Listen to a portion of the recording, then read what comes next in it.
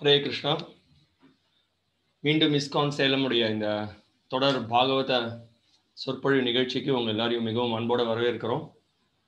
இந்த வாரம் குறிப்பாக இந்த வாரத்திலிருந்து நம்ம மிகவும் ஒரு ஸ்ரீமத் பாகவதத்தினுடைய முக்கியமான ஒரு கதாவை நம்ம பேச இருக்கோம். அஜாமிலனுடைய வாழ்க்கை வரலாறு, எப்படி அஜாமிலன் தூய பக்தியை விஷயங்களை பின்பற்றி அவர் பகவானுடைய திருவடியை அடைந்தார் அப்படின்றத பத்தின இந்த முழு சரித்திரத்தையும் கேட்க இருக்கோம். ஸ்ரீமத் பாகவதத்தினுடைய 6வது ஸ்கந்தத்தினுடைய முதல் அத்தியாயத்தை நம்ம இன்னைக்கு அதில் இருக்கக்கூடிய சில முக்கியமான ஸ்லோகங்களை பார்க்க போறோம். அது அஜாமிலனுடைய வாழ்க்கை வரலாறுக்கு ஒரு ஆரம்ப வழிகாட்டியாக அந்த ஸ்லோகங்கள் அமைந்திருக்கு. ஏன் அஜாமிலனுடைய கதை பேசப்பட்டது அப்படின்றதையும் நம்ம இதன் மூலமாக தெரிஞ்சுக்கலாம்.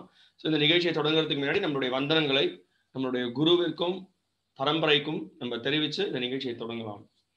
நமோ விஷ்ணு பாதாய கிருஷ்ண பிரேஷ்டாய பூத்தலே ஸ்ரீமதே பக்தி விகாச சுவாமிநிதி நாமினே. நமோ விஷ்ணு பாதாய கிருஷ்ண பிரேஷ்டாய பூத்தலே ஸ்ரீமதே பக்தி வேதாந்த சுவாமிநிதி நாமினே. நமஸ்தே சாரஸ்வதே தேவே கௌரவாணி பிரச்சாரிணே निर्विशेष शून्यवादी पाश्चात्य देशतारिणे. जय श्री कृष्ण चैतन्य प्रभु नित्यानंद श्री अद्वैत गदाधर श्रीवासादि गौर भक्त वृंद. हरे कृष्ण कृष्ण कृष्ण हरे हरे, हरे राम राम राम हरे हरे. மிக்க நன்றி. இப்போ இந்த நிகழ்ச்சி நம்ம தொடங்குறோம். ஸ்ரீமத் பாகவதம் ஸ்கந்தம் 6 அத்தியாயம் 1 ஸ்லோகம் 1. மகாராஜ் பரீட்சித் சுகதேவ கோஸ்வாமி கிட்ட மிகவும் பணிவோட சில கேள்விகளை கேட்கிறார். அதாவது 5 காண்டங்கள், அதாவது பரீட்சித் மகாராஜ் 7 நாட்களாக மிகவும் கவனத்துடன் சுகதேவ கோஸ்வாமி கிட்டேருந்து அந்த கங்கை கரையில தண்ணி கூட குடிக்காம முழு கவனத்தோட ஸ்ரீமத் பாகவத்தை கேட்கிறார். இப்போ இந்த 5வது ஸ்கந்தம் வரைக்கும் முடிந்து 6வது ஸ்கந்தம் தொடங்கிறது. அந்த 5வது ஸ்கந்தத்துல கடைசி இறுதியில நரகலோகத்தை பத்தின வர்ணனைகள்லாம் கொடுக்கப்பட்டிருக்கு. அந்த நரகலோகத்தை பத்தின வர்ணனைகள்லாம் கேட்ட பிறகு யார் நரகலோகத்திற்கு போவாங்க அப்படின்ற விஷயங்கள்லாம் பேசப்பட்டிருக்கு. அதுல அந்த விஷயங்களை கேட்ட பிறகு என்ன முடிவு பண்றார் நம்ம பரீட்சித் மகாராஜ் அப்படின்றத இந்த இடத்துல இந்த கேள்விகள் மூலமாக அவர் கேட்கிறார். இப்போ பரீட்சித் கேட்கிறார், நிவிருத்தி மார்க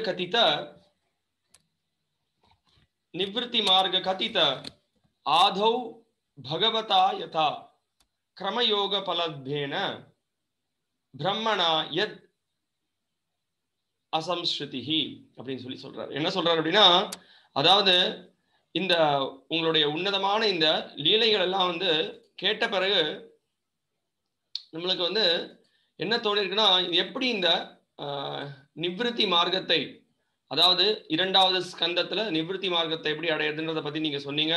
பிரம்மலோகத்தை அடைந்து பிரம்மலோகத்திலிருந்து பயிற்சியை பண்ணி மேலோகத்துக்கு செல்வான் அப்படின்ற கருத்துக்களை சொன்னீங்க. முதல் ஸ்லோகத்துல சொல்றார். அடுத்தது 2வது ஸ்லோகத்துல கேட்கிறார்.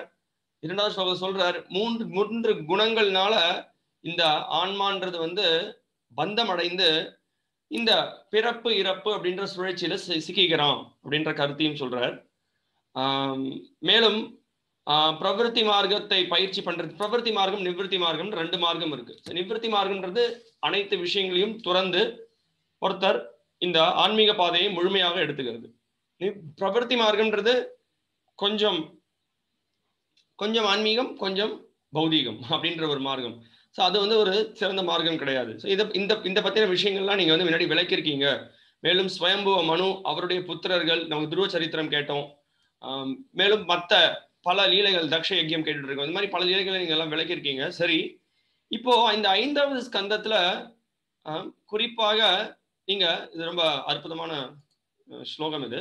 இங்க கேட்கிறார் 6வது ஸ்லோகத்துல, இப்ப நம்ம படிக்கிறோம் 6வது ஸ்லோகம் கேட்கிறார், அதுநேக மகாபாக யதைவ நரகான் நரக நானோக்ர யாத்தனான் நேய தன்மே வியாக்கியாத்தும் அர்ஹசி. அவர் சொல்றார், எனக்கு தயவு செய்து இப்போ இந்த நரகலோகத்திற்கு போய் ஒருத்தன் எல்லா விதமான கஷ்டத்தை அவன் வந்து பல விதமான கஷ்டத்தை அனுபவிக்கிறான் நரகலோகத்துல. அந்த நரகலோகத்திற்கு போகாம எப்படி ஒருத்தனை தடுக்கிறது, எப்படி ஒருத்தனை காப்பாத்துறது நரகலோகத்திற்கு போகாம அப்படின்ற ஒரு கேள்வி கேட்கிறோம். நம்ம எல்லாருக்கும் தெரியும் ஒரு வைஷ்ணவனுடைய உன்னதமான குணம் என்ன. ஸ்ரீல பிரபுபாதர் பொருள் ரொம்ப அழகா விளக்குறாரு. அவர் பரீட்சை சொல்றாரு, என்னை பொறுத்த வரைக்கும் எனக்கு எந்த விதமான பிரச்சனையும் இல்லை அப்படின்றத ஸ்ரீல பிரபுபாதர் மேற்கோள் காமிக்கிறார். யார் சொல்றா? பிரஹ்லாத் மகாராஜ் சொல்றாரு. பிரஹ்லாத் மகாராஜ் என்ன சொல்றாருன்னா, எனக்கு எந்த பிரச்சனையும் இல்லை, நான் ரொம்ப சந்தோஷமாக உங்களுடைய தாமரை திருவடிகளுடைய சேவையில ரொம்ப இன்பமா ஈடுபட்டு இருக்கேன். ஆனா என்னுடைய கவலை எல்லாம் என்ன அப்படின்னா, இந்த மாயா சுகம் அப்படின்ற இந்த இருள் சூழ்ந்த சூழ்நிலையில இன்பத்தை அனுபவிக்க முயற்சி பண்ணிட்டு இருக்காங்க. யாரு? பௌதிகவாதிகள், உலகாயுதவாதிகள், கடவுளை நிந்திப்பவர்கள். இவங்க எல்லாரையும் எப்படி உங்களுடைய தாமரை திருவடிகளுக்கு அழைத்து கொண்டு வருது அப்படின்றதுதான் என்னுடைய ஒரே கவலை அப்படின்றத பிரஹ்லாத் மகாராஜர் சொல்றார். அதனாலதான் ஒரு வைஷ்ணவர் பரதுக்க துக்கி அப்படின்னு அழைக்கப்படுறார் அப்படின்ற கருத்தை பிரபுபாதர் பொருளுரையில மிகவும் அற்புதமாக விளக்குறார். அதை நம்ம புரிஞ்சுக்கணும். அந்த காரணத்தினாலதான் என்ன நடக்கிறது, என்ன இந்த உலகத்துல என்ன நடக்கிறது அப்படின்னா, வைஷ்ணவர்கள் பிரபஞ்சங்கள்ல இருக்கக்கூடிய பல இடங்களுக்கு சென்று பிரயாணம் பண்றாங்க. பல இடங்களுக்கு சென்று பிரயாணம் பண்ணி அவங்க வந்து இந்த கிருஷ்ண பக்தியினுடைய உன்னதமான வைபவங்களை பத்தி தெரிஞ்சுக்க விருப்பப்படுறாங்க. ஸோ அதுதான் எங்க விஷயம். ஸ்லோகம் 7 சொல்றார், கண்டிப்பாக ஒருத்தன் வந்து ரொம்ப அற்புதமாக சுகதேவ கோஸ்வாமி விளக்குறார். ஸ்ரீ சுக உவாச்ச நச்சேத் இஹைவா பசிதிம் யதாங் ஹசஹ கிருதஸ்ய குர்யான் மன உக்த பாணிபிஹி த்ருவம் ச வைப்ரேத்ய நரகான் உபைத்தி ஏ கீர்த்திதா மே பவதஸ்திக்ம யாதனாஹா. அவர் சொல்றார் என்ன அப்படின்னா, இந்த சாஸ்திரங்கள்ல பல விதிமுறைகள் கொடுக்கப்பட்டிருக்கு. இந்த பல விதிமுறைகளை வந்து யார் ஒருத்தர் தன்னுடைய மனதாலையும் சரி, வார்த்தைகள்னாலையும் சரி, உடல்னாலையும் சரி, அந்த பாவம் பண்ணிருக்கக்கூடிய பாவங்களுக்கு அவன் அதுல இருந்து பிராயச்சித்தத்தை செய்யல அப்படின்னா, சரியான பிராயச்சித்தத்தை செஞ்சு தன்னை தூய்மைப்படுத்திக்கல அப்படின்னா கண்டிப்பா அவன் இந்த நரகலோகத்தை அனுபவித்தாகணும். அதுல இருந்து தப்பிக்கிறதுக்கு எந்த விதமான வாய்ப்பும் கிடையாது. அதனால இந்த சூழ்நிலையை அவன் அதுல இருந்து அவன் தன்னை விடுவிச்சுக்கணும் அப்படின்றத சுகதேவ கோஸ்வாமி விளக்குறார். மேலும் அவர் சொல்றார், சுகதேவ கோஸ்வாமி சொல்றார், ஒருத்தனுடைய உடல் எந்த அளவுக்கு நல்லா இருக்கோ அந்த உடலை உடனடியாக சாஸ்திரத்துல பரிந்துரைக்கப்பட்டிருக்கக்கூடிய பிராயஷ்சித்த சடங்குகளுக்கு உட்பட்டு அவன் பாவ காரியங்களுடைய பின்விளைவுகள் இருந்து அவன் பண்ணிருக்கக்கூடிய எந்த காரியமா இருக்கட்டும் அந்த பின்விளைவுகளையும் தன்னை விடுவிச்சுக்கணும். அப்படி அவன் விடுவிச்சுக்கல அப்படின்னா அவன் அந்த பாவத்திற்கான பின்விளைவுகளை கண்டிப்பாக சந்திக்க வேண்டியிருக்கும், நரகத்திற்கு போக வேண்டியிருக்கும். அதற்கு ஒரு அழகான உதாரணத்தை கொடுக்கிறார் 8வது ஸ்லோகத்துல. சுகதேவ கோஸ்வாமி சொல்றார், எப்படி வந்து ஒரு நிபுணத்துவம் பெற்ற ஒரு மருத்துவர் வியாதியினுடைய தாக்கத்திற்கு ஏத்த மாதிரி சிகிச்சையை கொடுத்து அவனுடைய அந்த வியாதியினுடைய தாக்கத்திலிருந்து விடுவிக்கிறாரோ, அதே மாதிரி ஒரு சரியான சிகிச்சையை பிராயச்சித்தத்தை ஒருத்தன் கையாண்டு அந்த பிராயச்சித்தத்தை செய்யறதன் மூலமாக அதிலிருந்து அவன் தன்னை விடுவிச்சுக்கணும் அப்படிங்கிறார். இப்போ பரீட்சித் மகாராஜ் இதெல்லாம் ரொம்ப பொறுமையா கேட்கிறார். சுகதேவ கோஸ்வாமி சொன்ன இந்த பிராயச்சித்த வழிமுறையெல்லாம் கேட்டு ரொம்ப புத்திசாலித்தனமான ஒரு கேள்வியை கேட்கிறார் இங்க பரீட்சித் மகாராஜ். பரீட்சித் மகாராஜ் சொல்றார், ஸ்ரீராஜோ வாச்ச திருஷ்டஸ்ருதாபியாம் யத் பாபம் ஜானன் அப்யாத்மனோஹிதம் கரோதி பூயோ விவசஹ பிராயஷ்சித்தம் அதோ கதம். ரொம்ப அழகா கேட்கிறார் சுகதேவ கோஸ்வாமி. நீங்க வந்து இப்போ இந்த பிராயஷ்சித்த வழிமுறையெல்லாம் சொல்லியிருக்கீங்க, ஆனா இங்க என்ன பிரச்சனை அப்படின்னா, இந்த பிராயச்சித்தத்தெல்லாம் நிறைய பேர் செய்யறாங்க, அந்த பிராயச்சித்தத்தை செஞ்ச பிறகும் கூட திருப்பியும் அந்த அதே பாவ காரியங்களை அவங்க ஈடுபடுறாங்களே அப்படின்னு சொல்லி ரொம்ப வருத்தப்படுறார் பரீட்சித் மகாராஜ். அதனால இப்படிப்பட்ட பிராயச்சித்தத்தினால என்ன பிரயோஜனம்? கரோதி பூயோ விவசக பிராயஷ்சித்தம் அதோ கதம் அப்படின்னு சொல்லி கேட்கிறாரு. என்ன பிரயோஜனம், அதனால என்ன பயன் இருக்க போறது?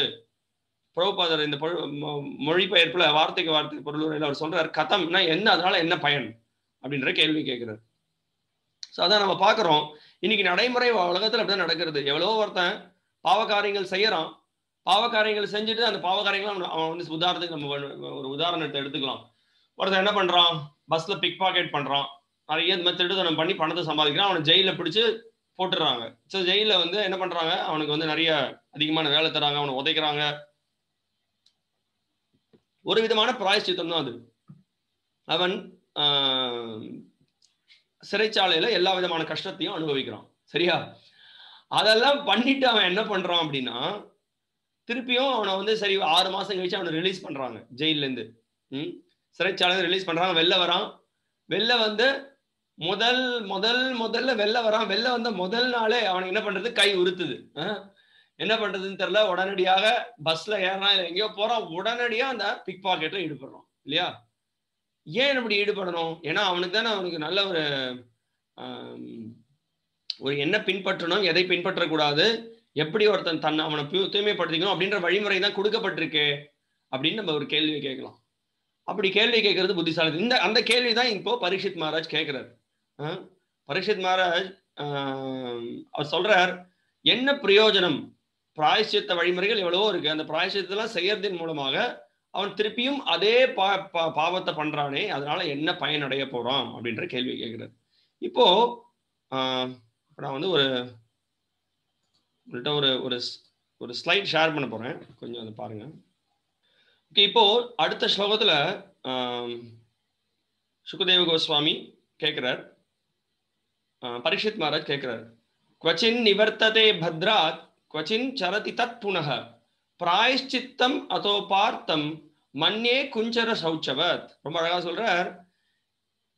சில சமயங்களில் பாவச் செயல்களிலிருந்து கவனமாக விலகி இருப்பவன் கூட மீண்டும் பாவச் செயலுக்கு பலியாகிறான். எனவே தொடர்ந்து பாவம் செய்வதும் பிறகு பிராயச்சித்தம் செய்வதுமான இந்த முறை பயனற்றது என்று நான் கருதுகிறேன். இது ஒரு யானையின் குளியலை போன்றதாகும். ஏனெனில் ஒரு யானை நன்கு குளித்து தன்னை சுத்தப்படுத்திக் கொள்கிறது. ஆனால் கரையேறியதும் தன்மேல் மண்ணை வாரி கொள்கிறது. இப்ப நீங்க படத்துல பார்க்கலாம், யானை என்ன பண்றது, நேர போகுது நதியில, நல்லா வந்து நீராடுறது, நீராடினதுக்கு அப்புறம் வந்து என்ன பண்ணுது, மண்ணெல்லாம் தூக்கி மேல பூசிக்கிறது. சுகதேவ கோஸ்வாமி இந்த இடத்துல அதுதான் சொல்றார். இது என்ன பிரயோஜனம், இப்படிப்பட்ட ஒரு குளியலுடைய உபயோகம் என்ன, அதனால அவன் அடையக்கூடிய பயன் என்ன அப்படின்றத மன்யே குஞ்சர சௌச்சவத் ரொம்ப அழகான ஒரு உதாரணத்தை முன்வைக்கிறார். சில பிரபுபாதர் பொருளையில ரொம்ப அற்புதமான ஒரு கருத்தை தெரிவிக்கிறார். அதாவது இத்தனை நேரம் ஒரு சுகதேவ கோஸ்வாமி பிராயச்சித்தம் பண்ணணும் அப்படின்னு சொல்றாரு. ஆனா இங்க பரீட்சித் ரொம்ப ஆவலோட புத்திசாலித்தனமான ஒரு கேள்வி எழுப்புறாரு.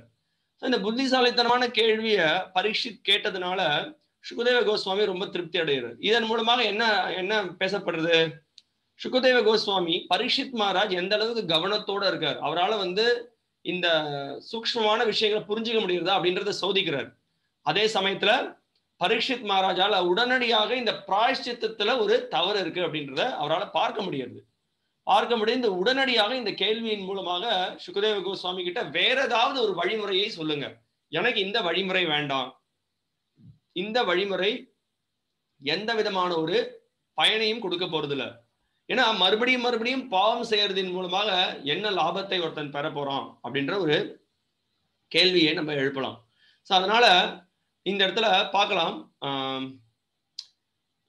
பிரபுபாதர் பொருளுரையில சொல்றார், ஒரு சிறந்த ஆன்மீக குரு என்ன பண்றார், தன்னுடைய சீடனுடைய ஆர்வம், அவனுடைய கவனம், அவனுடைய புத்திசாலித்தனத்தை சோதிக்கிறதுன்றது ஒரு குருவனுடைய முக்கியமான ஒரு செயல். அதே சமயத்துல ஒரு சீடன் எந்த அளவுக்கு கவனத்தோட குரு சொல்லக்கூடிய விஷயங்களை கேட்டு அதை சிந்தித்து அதை எப்படி வந்து நடைமுறை வாழ்க்கையில் அதை எப்படி பின்பற்றுவது அப்படின்றது யோசிக்கணும். அதனால இந்த கிருஷ்ண பக்தி இயக்கம்ன்றது இல்ல, இந்த கிருஷ்ண பக்தி வழிமுறைன்றது நம்ம ஏதோ கண்மூடித்தனமாக பண்ணக்கூடிய ஒரு செயல் கிடையாது. நம்ம வாழ்க்கையில நம்ம எல்லாருக்கும் பகவான் புத்திசாலித்தனம் கொடுத்திருக்காரு, நம்ம எல்லாருக்கும் பகவான் சக்தி கொடுத்திருக்காரு, நம்ம எல்லாருக்கும் பகவான் பாகுபடுத்தி பார்க்கக்கூடிய தன்மையை கொடுத்திருக்காரு. அதனால நம்ம என்னெல்லாம் ஆன்மீக அறிவுரைகளை கேட்கிறோமோ, நம்ம என்னெல்லாம் நடைமுறை வாழ்க்கையில பயிற்சி பண்ணணுன்றத வந்து கேட்கிறோமோ அதை பத்தி சிந்திக்கணும். அதை பத்தி சிந்திச்சு எப்படி அதை நடைமுறைப்படுத்துறது, அதுல ஏதாவது சரி இருக்கா, தவறு இருக்கா, இல்ல ஏதாவது குறைகள் இருக்கா, இல்ல ஏதாவது நம்மளால சரியா புரிஞ்சுக்க முடியலையா அப்படின்றத நம்ம சிந்திச்சு கேள்விகளை குரு கிட்ட நம்ம கேட்கணும். அதனாலதான் 3 விஷயங்கள் சொல்லப்பட்டிருக்கு இல்லையா? பிரணிபாத்தேன பரிப்பிரஷ்னேன சேவையா. கிருஷ்ணர் சொல்றார் 3 விஷயங்கள். பிரணிபாத்தேன அப்படின்னா மிகவும் பணிவான ஒரு மனப்பான்மையை நம்ம வளர்த்துக்கணும். பணிவான மனப்பான்மை இல்லாம ஒரு ஆன்மீக குருவை நம்ம அணுகக்கூடாது. அவரை அந்த பணிவான மனப்பான்மை இல்லாம ஆன்மீக குருவை அணுகினோம் அப்படின்னா அப்ப நம்மளால சரியான கேள்விகளை கேட்டு அதற்கான சரியான பதில் நம்மளுக்கு கிடைக்காது. அப்படியே பதில் கிடைத்தாலும் பணிவான மனப்பான்மை இல்லைன்ற பட்சத்துல நம்மளால அந்த பதிலை சரியா புரிஞ்சுக்க முடியாது. அதனாலதான் கிருஷ்ணர் 13வது அத்தியாயம் பகவத்கீதையில உன்னதமான அறிவு, சிறந்த ஞானத்தை விளக்கும் பொழுது கிருஷ்ணர் என்ன சொல்றாருன்னா, எது ஞானம் எது ஞானம் இல்லைன்றது சொல்றாரு. 20 பட்டியலிடுறார் 20 விஷயங்கள். இதெல்லாம் இது ஞானம் இது ஞானம் இது ஞானம் சொல்றாரு. அதுல முதல் விஷயமாக என்ன சொல்றாரு அப்படின்னா, அமானித்துவம் அதம்பித்துவம். 2 விஷயங்கள். தற்பெருமை இல்லாம இருக்கிறது, பணிவோட இருக்கிறதுன்றார். இதுதான் ஆரம்பம்னு சொல்றாரு. இந்த ஆரம்பத்தை அடிப்படையாக கொண்ட முதல் அறிவுரை ஒரு குருவை அணுகும்போது நம்ம பின்பற்ற வேண்டிய முதல் அறிவுரை என்ன அப்படின்னா, பிரணிபாத்தேன, பணிவோட அவரை அணுகணும் அப்படின்றது கருத்து. அப்போ இந்த இடத்துல பார்க்கலாம், பரீட்சித் மகாராஜ் ஒரு சந்தேகம் ஏற்படுறது. ஆனா ரொம்ப பணிவோட அந்த கேள்வியை கேட்கிறார். நீங்க பிராயச்சித்தை பத்தி சொல்றீங்க, ஆனா இந்த பிராயச்சித்தத்தை எல்லாம் பண்றதன் மூலமா அவன் முழுமையாக தூய்மை அடையிலேயே திருப்பியும் அதே பாவ காரியத்தில் ஈடுபடுறானே, இப்படிப்பட்ட பிராயச்சித்தத்தினால என்ன பிரயோஜனம்?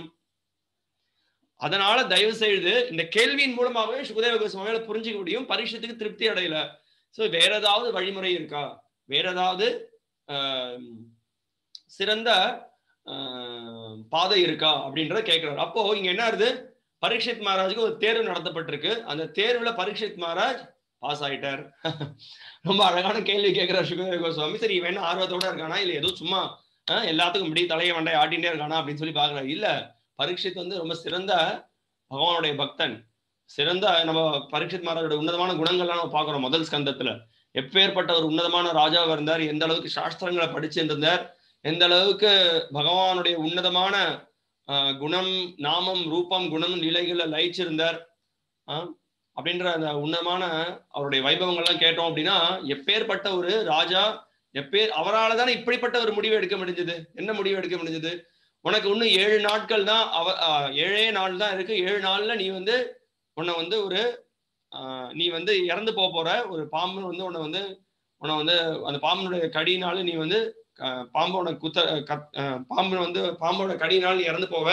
அதனால நீ வந்து உடனடியாக பரீட்சித் மகாராஜ் இதை கேட்ட உடனே தான் என்ன முடிவு செஞ்சார், உடனடியாக நம்ம ஒரு தூய பக்தனுடைய தாமரை திருவடிகளை சரணடைஞ்சு ஸ்ரீமத் பாகவதத்தை கேட்கணும்.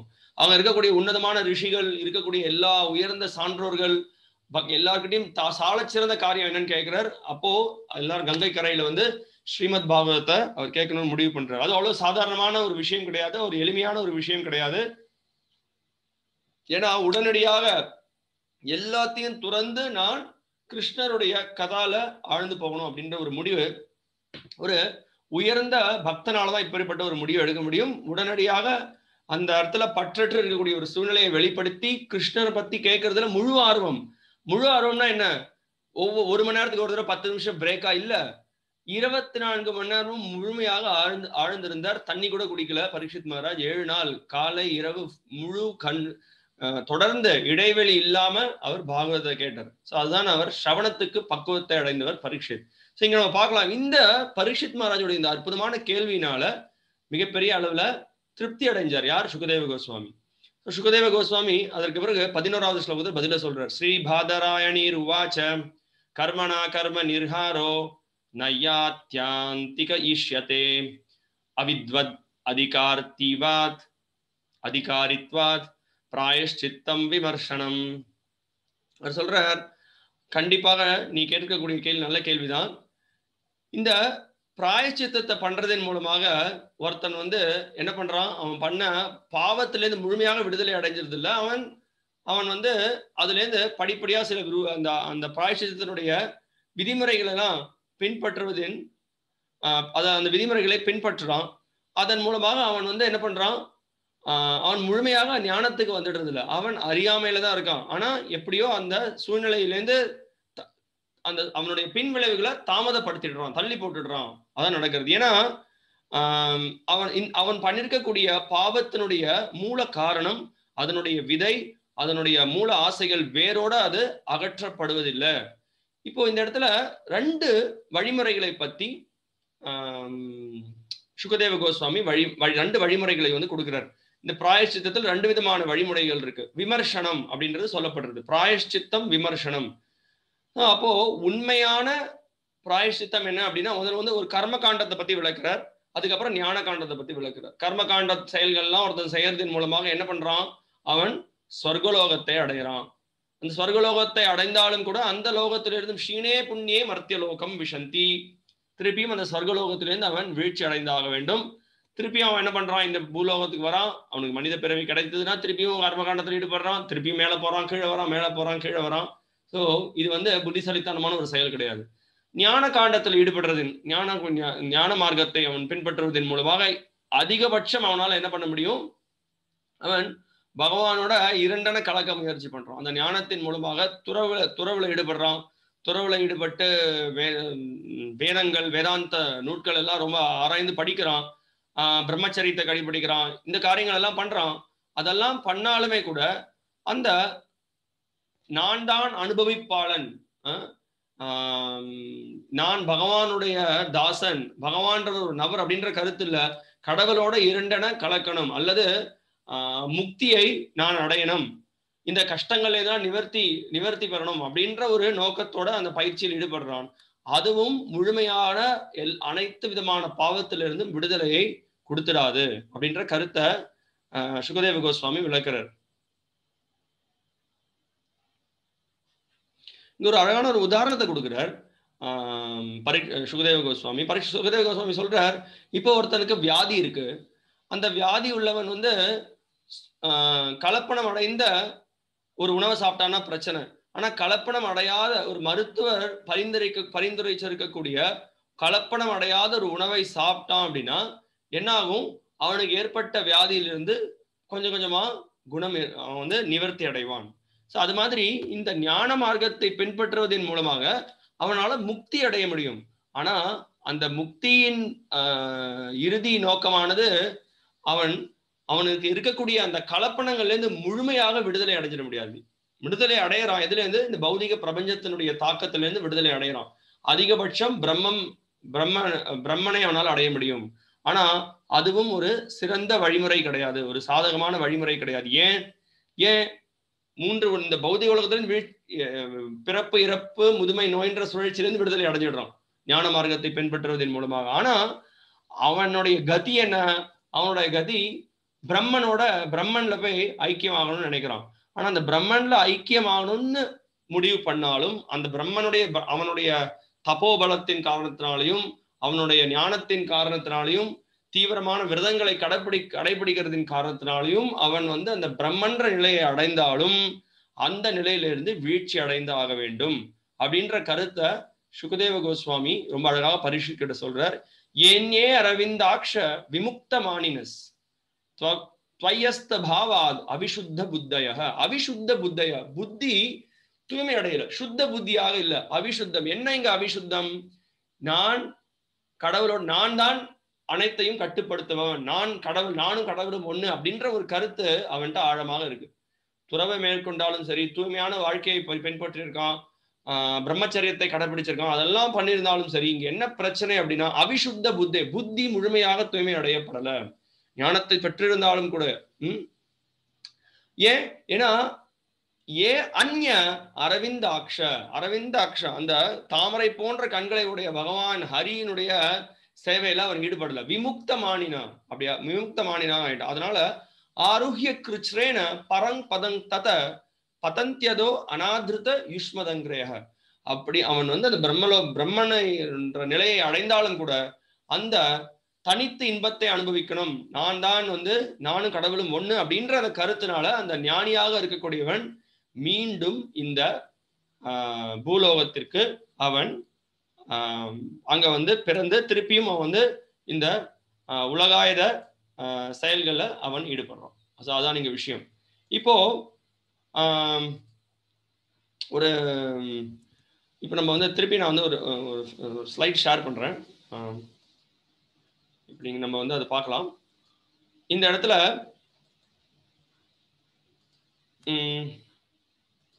இப்போ நம்ம பார்க்கலாம். இப்போ இந்த இடத்துல பரீட்சித் மகாராஜ் ஒரு அற்புதமான அடுத்த கருத்தை இங்க முன்வைக்கிறார். ஸ்லோகம் 13, 14 நம்ம போறோம். முதல் ஸ்கந்தம் 6, ஸ்லோகம் 13, 14. இதுவும் ரொம்ப ஒரு பிரபலமான பாகவதத்தினுடைய ஸ்லோகம். தபசா பிரம்மச்சரியேன ஷமேன ச தமேன ச தியாகேன சத்ய சௌச்சாபியாம் யமேன ஸ்ரத்தயான்விதா தேஹே வாக் புத்திசம் தீர தீர்மக்ஞா ஸ்ரத்தயான்விதா ஷிபந்த்யகம் மஹத்தபி வேணுகுல்மம் இவானலஹ. ரொம்ப அழகான உதாரணம், கொஞ்சம் கவனத்தோடு கேளுங்க. மனதை ஒருநிலைப்படுத்த ஒருவன் பிரம்மச்சரியத்தை அனுஷ்டிக்க வேண்டும் என்பதுடன் கீழே விழுந்து விடாதபடியும் பார்த்து கொள்ள வேண்டும். தன்னிச்சையாக புலனின்பத்தை கைவிடும் தவத்தையும் ஒருவன் மேற்கொள்ள வேண்டும். பிறகு ஒருவன் தன் மனதையும் புலன்களையும் கட்டுப்படுத்த வேண்டும். இதெல்லாம் ஞான மார்க்கத்துல ஒருத்தர் பின்பற்றக்கூடிய வழிமுறை.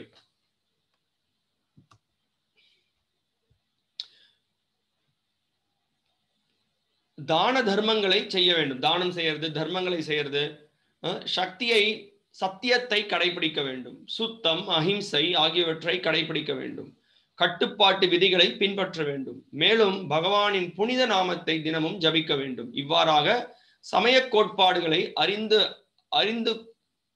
அறிந்து கொள்ளவனும் நிதான புத்தி உள்ளவனும் நம்பிக்கை உள்ளவனுமாக ஒருவன் அவனது மனோவாக்கு காயத்தினால், மனோவாக்கு காயம்னா மனதால, உடல்னால, செயல்கள்னால எந்த விதமான பாவ செயல்களிலும் ஈடுபடக்கூடாது.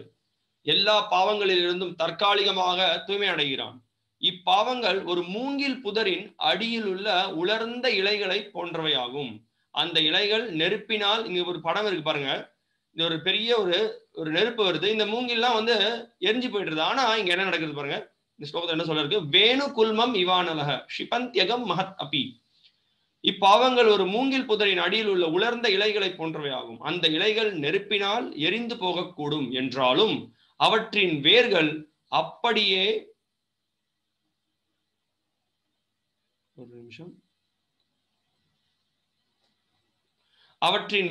அப்படியே உள்ளன. அதனால் எந்த சமயத்திலும் அது மீண்டும் முளைக்கக்கூடும். அதுதான் இங்க பிரச்சனை. இப்போ நம்ம பேசியிருக்கக்கூடிய விஷயங்கள் எல்லாமே, அதுவும் ஒரு சிறந்த ஆன்மீகவாதியாக இருக்கக்கூடியவர், உயர்ந்த பக்தி மார்க்கத்தை பின்பற்றுவர்கள் கூட இந்த காரியங்கள் எல்லாம் பின்பற்றுவதுன்றது உண்டு. தபஸ்யாவில் ஈடுபடுறது, பிரம்மச்சரியத்தை கடைபிடிக்கிறது, அமைதியா இருக்கிறது, அப்புறம் உண்மையை பேசுறது, தியாகத்தில் ஈடுபடுறது, இதெல்லாம் சத்தியத்தை கடைபிடிக்கிறது, தூய்மையாக இருக்கிறது, தேகத்தினாலையும் வார்த்தைகள்னாலையும் புத்தினாலையும் பாவத்தை செய்யாம இருக்கிறது, மற்றவங்களுக்கு எந்த விதமான இடையூறை ஏற்படுத்தாம இருக்கிறது, தர்மத்தை பின்பற்றக்கூடியவனாக இருக்கிறது, ஸ்ரத்தையாக இருக்கிறது. இது எல்லாமே நற்குணங்கள், இது எல்லாமே பின்பற்ற வேண்டிய விஷயங்கள் தான். ஆனா இந்த விஷயங்கள்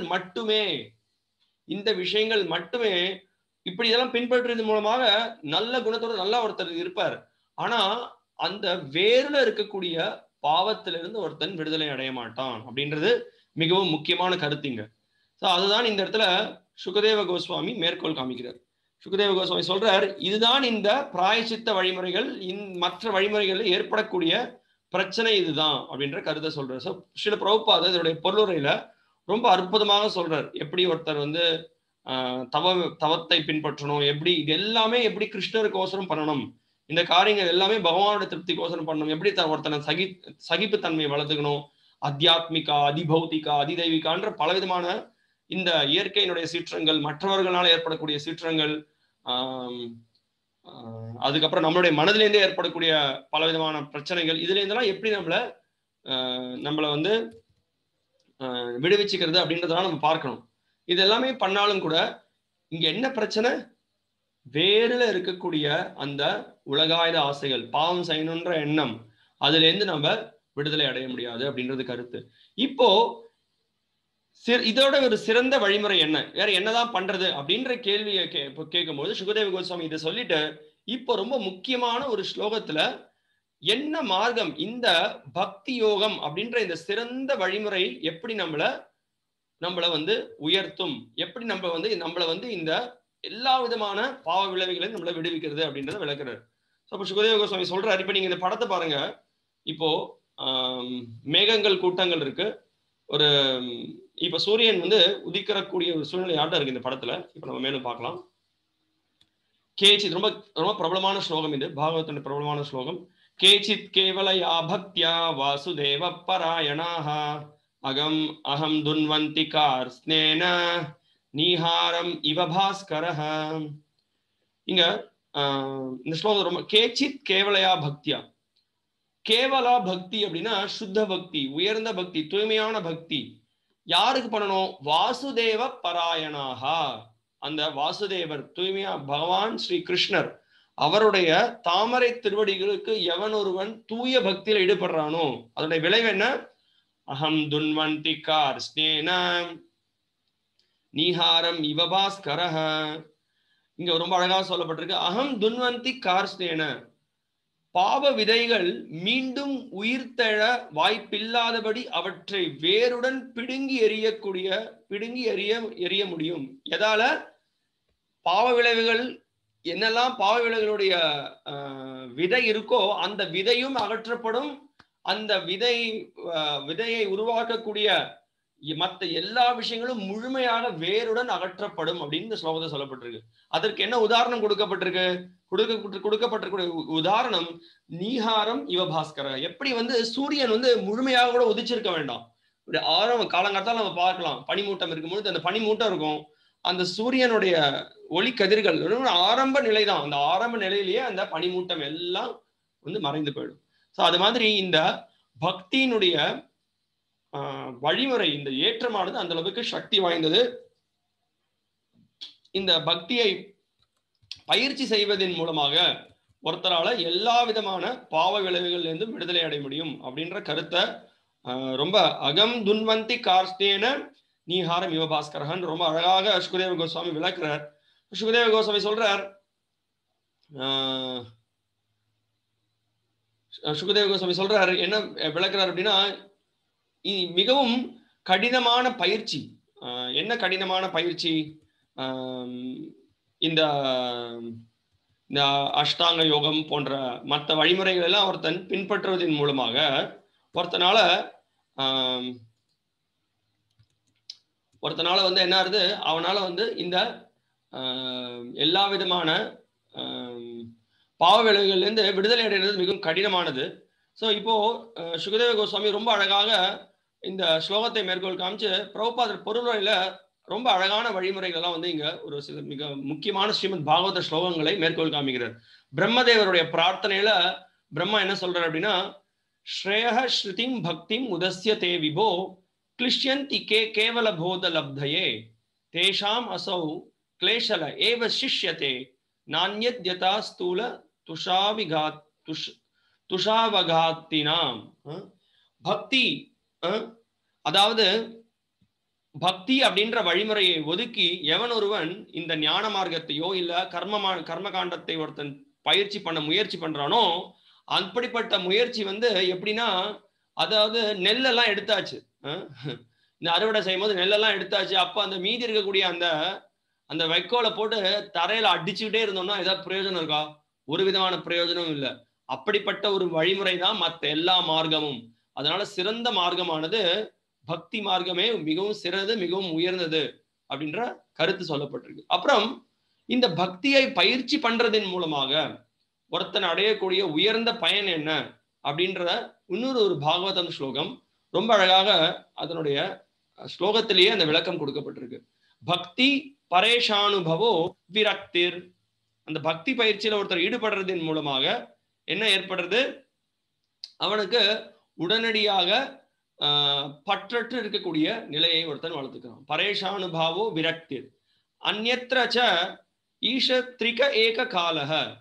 ஸோ என்னெல்லாம் ஏற்படுறது? பகவானுடைய தாமரை திருவடிகள் ஒருத்தன் அவனுடைய சேவையில் ஈடுபடுறதன் மூலமாக அவனுக்கு வந்து இந்த ஆன்மீக வாழ்க்கையினுடைய உன்னதமான பயிற்சி பக்தியின் மூலமாக உயர்ந்த அனுபவத்தை பெறலாம், பகவான் மேல பக்தியை பெறலாம், ஆன்மீக ஆனந்தத்தை பெறலாம்.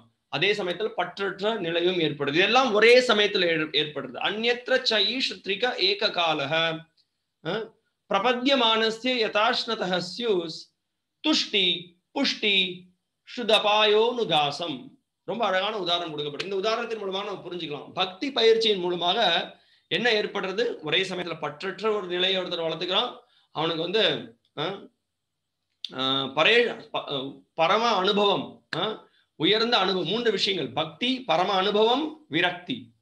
இது வந்து எதற்கு ஒப்பிடப்படுறது அப்படின்னா, இப்போ ஒருத்தன் பசியோட இருக்கான், சரியா? ரொம்ப பயங்கரமான பசி இருக்கு. அப்போ அவனுக்கு வந்து ரொம்ப ரொம்ப ஒரு நல்ல ஒரு வெண்பொங்கல் அவனுக்கு நீங்க வந்து பகவானுக்கு நைவேத்தியம் பண்ணி பிரசாதம் கொடுக்குறீங்க. அந்த வெண்பொங்கல் அவன் சாப்பிடும்போது என்ன ஆகுது? அந்த ஒரு கவலம் உள்ள போகும்பொழுது என்ன ஆகுது? உடனடியாக என்ன ஏற்படுறது? பசியிலிருந்து அவனுக்கு நிவர்த்தி ஏற்படுறது. ஸோ அதற்கு வந்து அதுவே வந்து பற்றற்ற நிலையை வளர்த்துக்கிறான். பக்தியை பயிற்சி பண்றது மூலம் உடனடியாக அவன் பற்றற்ற நிலையை வளர்த்துக்கிறான். அப்போ பசியிலிருந்து நிவர்த்தி ஏற்படுறது அப்படின்ற உதாரணம் கொடுக்கப்படுது. அதற்கு பிறகு என்ன சொல்லப்பட்டிருக்கு? அவனுக்கு என்ன ஏற்படுறது? அந்த கவலம், ஒரு வாய் கவலம், அந்த உணவு உள்ள போன உடனே என்ன ஆகுது? போஷாக்கு ஏற்படுது இல்லையா? உடனடியாக சக்தி கிடைக்கிறது. சக்தி கிடைக்கிறது நம்ம கண்கூட. அதே மாதிரி என்ன பண்றோம்? அந்த பக்தி பயிற்சியின் மூலமாக பற்றற்ற நிலை ஒரு பக்கம் வளர்த்துக்கிறோம், அதே சமயத்துல ஆனந்தத்தை அனுபவிக்க முடியுது. கிருஷ்ணர் சொல்றாரு இல்லையா, இந்த பக்தி பயிற்சி ஆனது பகவத்கீதையில சொல்றாரு ரொம்ப அற்புதமாக. இது மிகவும் ஆனந்தத்தை கொடுக்கக்கூடியது. என்ன ஆனந்தம்? பிரத்யக்ஷா வகமம் தர்மியம் சுசுகம் கர்த்தும் அவ்வியம். சரி, இப்போ இந்த பக்தி பயிற்சினால ஆனந்தம் இல்லை அப்படின்னா யாரும் இந்த பயிற்சியை ஈடுபட போறது இல்லை.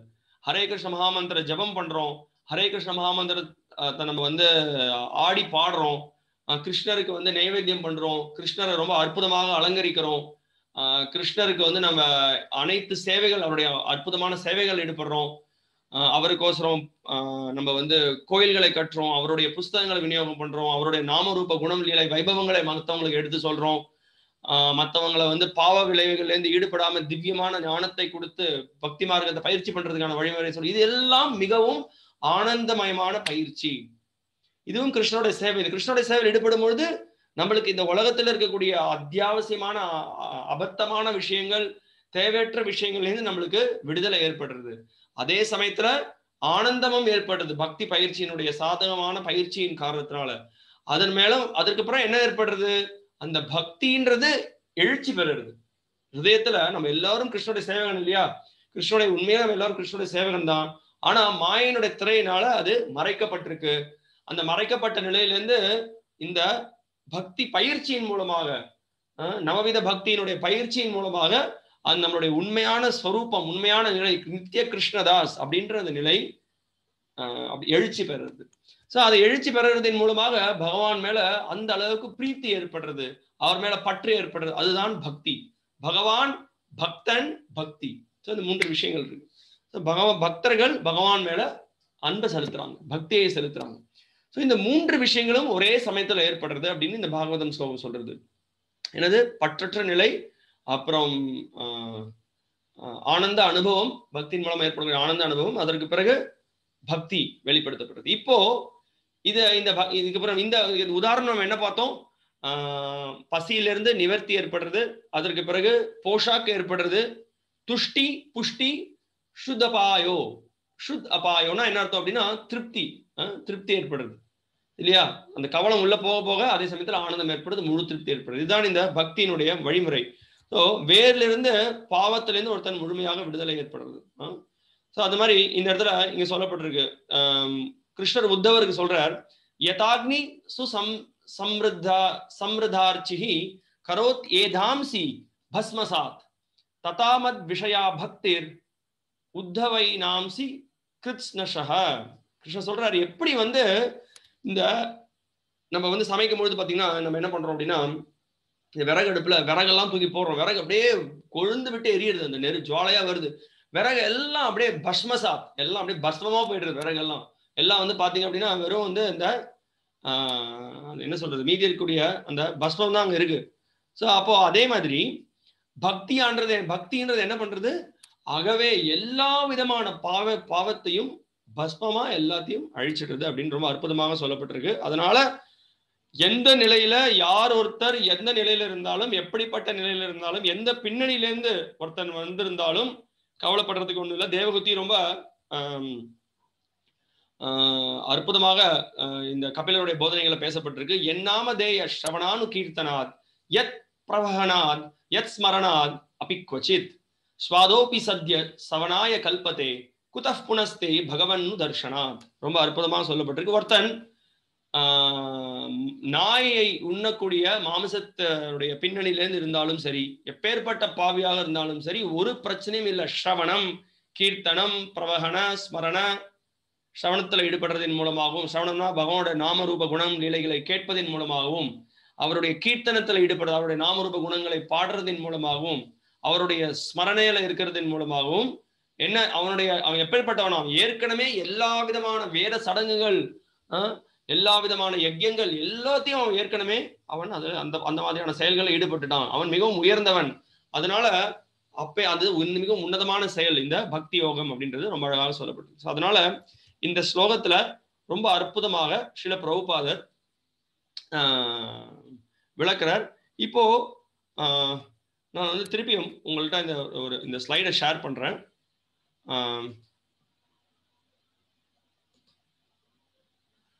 இப்போ நம்ம திருப்பி நான் ஷேர் பண்றேன். ஓகே,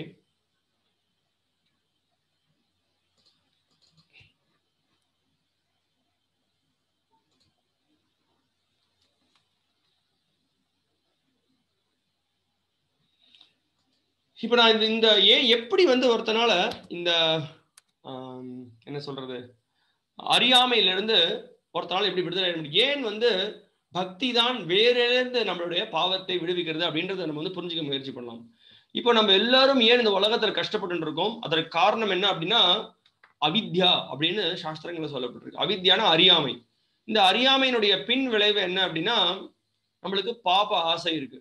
இந்த பாவ ஆசையின் காரணத்தினால நம்ம என்ன பண்றோம், பாவத்தில் ஈடுபடுறோம். அதாவது அறியாமையில இருக்கும். அறியாமையில் இருக்கிறதுனால எது சத்தான காரியம் எது அசத்தான காரியம் நம்மளுக்கு தெரியல, எது பாவம் எது புண்ணியம்ன்றது நம்மளுக்கு தெரியல. அதனால அந்த அவித்யான்ற அந்த விதை இருக்கிறதுனால நம்மளுக்கு அவித்யானால என்ன ஏற்படுது, பாவத்தை செய்யணும் அப்படின்ற எண்ணம் நம்மளுக்கு தூண்டுதல் ஏற்படுது. அதனாலதான் ஒருத்தன் சூதாட்டத்தில் ஈடுபடுறான், ஒருத்தன் தகாத பாலுறவுல ஈடுபடுறான், ஒருத்தன் தவறான என்ன சொல்றது தவறான பாலுறவு, சூதாட்டம், அதற்கு பிறகு மாமிசங்களை சாப்பிடுறது போன்ற தவறான காரியங்களை ஒருத்தன் ஈடுபடுறான். ஸோ அதனால அதனுடைய ஏன் அப்படி ஏற்படுறது, அதற்கான காரணம் என்ன, அந்த பாவத்தை செய்யறதுனால ஒரு பாவ காரியத்தில் ஈடுபடுறான். அந்த பாவ காரியத்தை செய்யறதுனால மீண்டும் பாவ மூட்டைகளை சேர்த்துக்கிறான். அதுக்கு ஒரு பின் விளைவு ஏற்படுறது. இந்த பாவத்தை செஞ்சிருக்கான், இந்த பாவத்தை செஞ்சதுனால பின் விளைவுகள் ஏற்படுறது. அந்த பின் விளைவுகள் 2 விதமாக பிரிக்கப்பட்டிருக்கு. அப்பிராராப்தம், பிராராப்தம். அப்பிராராப்தம்ன்றது என்ன, பிராராப்தம்ன்றது என்ன அப்படின்றத பார்க்கலாம். அப்பிராராப்தம்ன்றது அதனுடைய பின் விளைவுகள் உடனடியாக அதனுடைய பின் விளைவுகள் நம்ம சந்திக்க போறது இல்லை. அது மறைமுகமாக சூக்ஷ்மமாக அது இருக்கு. பிராராப்தம்ன்றது என்ன அப்படின்னா அந்த பாவமே பிராராப்தம், நம்ம பாவத்தை அனுபவிக்கிறோம் இல்லையா, அதான் பிராராப்தம். உதாரணத்துக்கு நம்மளுடைய ஒரு சூழ்நிலையில இருக்கும், அந்த ஒரு குறிப்பிட்ட சூழ்நிலையில ஒரு பாவ காரியத்தை பண்ணியிருக்கோம். இந்த பாவ காரியத்தோட பின் விளைவு என்ன, நம்மளுக்கு ஒரு பெரிய நோய் ஏற்படுறது, அல்லது நம்மளை ஜெயில போட்டுறாங்க, இல்ல நம்மளுக்கு நம்ம கோர்ட் கேஸ்ல நம்ம கஷ்டப்படுறோம். இதெல்லாமே பிராராப்தம். அப்பிராராப்தம்ன்றது என்னன்னா ஒரு திருட்டுத்தனம் பண்ணியிருக்கோம், அந்த திருட்டுத்தனத்தினுடைய பின் விளைவுக கூடிய செய்யறது நம்ம சந்திக்க போறோம். எப்ப சந்திப்போம் நம்மளுக்கு தெரியாது. இந்த ஜென்மத்திலையும் சந்திக்கலாம், அடுத்த ஜென்மத்தை சந்திக்கலாம், 10 நிமிஷத்துல அதோடைய பின் விளைவு ஏற்படலாம், 10 ஜென்மங்களுக்கு பிறகு நம்மளுக்கு அந்த பின் விளைவுகள் ஏற்படலாம். எந்த சூழ்நிலை வேணாலும் அந்த பின் விளைவுகள் ஏற்படலாம். அதுதான் அப்பிராராப்தம். இப்போ திருப்பியும் இதோடைய மேலும் இதில் இருக்கக்கூடிய பிரிவுகளை நம்ம பார்க்கலாம். சாஸ்திரங்கள் என்ன விளக்குறது அப்படின்னா, மீண்டும் ஸ்கிரீனை ஷேர் பண்றேன். இப்ப நம்ம இங்க பாக்குறோம் அவித்யா, நான் சொன்னேன் அவித்யா பீஜம் பாபம். அறியாமையிலிருந்து பாவம் செய்யணும் அப்படின்ற எண்ணம் ஏற்படுறது, பாவம் செய்யணுன்ற ஆசை ஏற்படுறது. அந்த பாவம் செய்யணுன்ற ஆசையின் காரணத்தால பாவம் செய்யறோம். அந்த பாவத்தினுடைய பின் விளைவுகள் அப்பிராராப்தம், பலோன்முகம். சரியா? இப்போ கூட்டம் இந்த அப்பிராராப்தத்திலிருந்து என்ன ஆகுது, மிகவும் சூக்ஷ்மமான நிலையில அந்த பாவ விளைவுகள் மனதுல தங்கி இருக்கு. அதுக்கப்புறம் என்ன ஆகுது, ஒரு சூழ்நிலையில என்ன ஆகுது, அது வந்து பீஜம். பீஜம்னா ஒரு விதை ரூபத்துல வருது. அப்புறம் சரியான சூழ்நிலைகள்லாம் வந்த உடனே அந்த விதைன்றது அது வந்து என்ன சொல்றது, அது குட்டி குட்டிய செடியாகி அது வந்து பழங்களை கொடுக்க ஆரம்பிச்சது. அதுதான் பிராராப்தம். இப்போ இந்த பிரிவுகளை பார்க்கலாம். ஸோ இதுதான் இங்க நடக்கக்கூடிய விஷயம். அவித்யா அறியாமை, அறியாமையிலிருந்து பாவ ஆசைகள் ஏற்படுறது. பாவ ஆசைகள்னால பாவம் செய்யறோம். பாவம் செய்ய தூண்டப்படுறோம். பாவத்தில் ஈடுபடுறோம். திருப்பி நம்ம அந்த சுழற்சியில மாட்டிக்கிறோம். பாவம் செய்யறதுனால திருப்பியும் அந்த பாவத்தினுடைய பின் விளைவுகள் அது கூட்டமாக இருக்கு. கூட்டம்ன்றது மிகவும் ஆரம்ப நிலையில இருக்கக்கூடியது. விதை மூலமா கூட வரல. அதற்கு முன்னாடி இருக்கக்கூடிய நிலை. அதுக்கப்புறம் பீஜம், அதுக்கப்புறம் விதையா இருந்தது. அதுக்கப்புறம் அது வந்து சரியான சந்தர்ப்ப சூழ்நிலை வந்த உடனே அது வந்து பலனை கொடுக்குது. அதுதான் பிராராப்தம். இதுதான் இந்த சுழற்சியில நம்ம சிக்கிண்டே இருக்கும்.